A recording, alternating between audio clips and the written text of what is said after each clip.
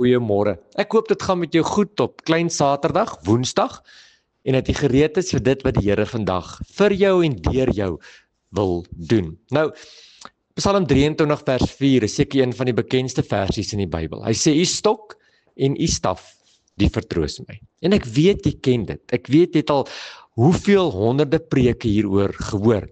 Maar laat my toe vanmôre om iets in jou gees te los en iets te deponeer wat dalk vandag iewers te iets vir iemand sal beteken.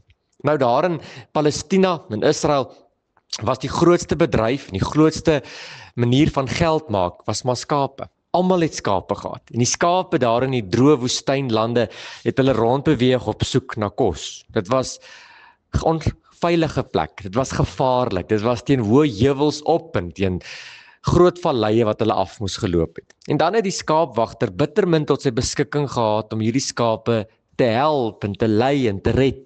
En dan het hy 'n staf en hy het 'n stok gehad. Nou die staf was baie spesiaal.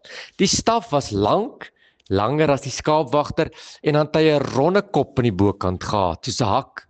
En dan het hy die skape wanneer hulle van die pad af gaan sagkens met die staf om die kop gevat en hulle teruggetrek tot waar hulle moet wees. Wanneer die skape op die hoë randjies geloop het en die skaapwagter was bang dat hulle sou afval, het hy die staf rondom hulle nek gesit en hulle teruggetrek en hulle veilig gehou.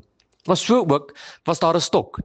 Die stok was gebruik om die jakkalse en die wolwe en alles wat die skape dalk kan seermaak, teen die skape te kan beveilig. Die stok was die wapen. Die stok was dit gewees wat die skaapwagter gebruik het om goed dood te slaan en om goed te beseer wat naby die skapie sou kom om hulle seer te maak. En daarom moes die skaapwagter 'n stok en 'n staf gehad het. Sjoe, my gebed vanmôre is dat die Here se staf jou vandag sal help om op die pad te bly.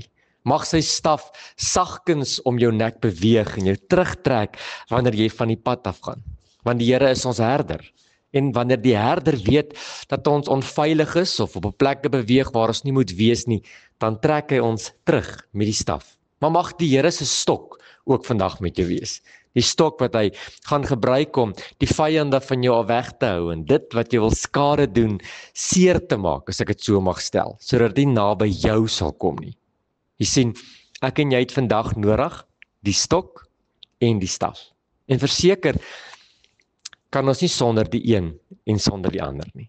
Mag jy vandag as die skape van God se herder net in sy veilige hand in beweeg. Mag jy vandag die teenwoordigheid van die herder ervaar. Mag jy sy stok en sy staf in jou lewe sien.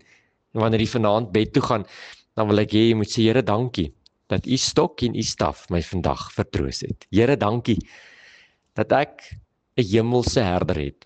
'n Herder wat omgee, 'n herder wat vir my lief is, 'n herder wat altyd net die beste vir my in store het. Here, dankie dat u staf my vandag op die pad gaan hou. En dankie dat u stok my veilig sal hou. In Jesus naam. Amen.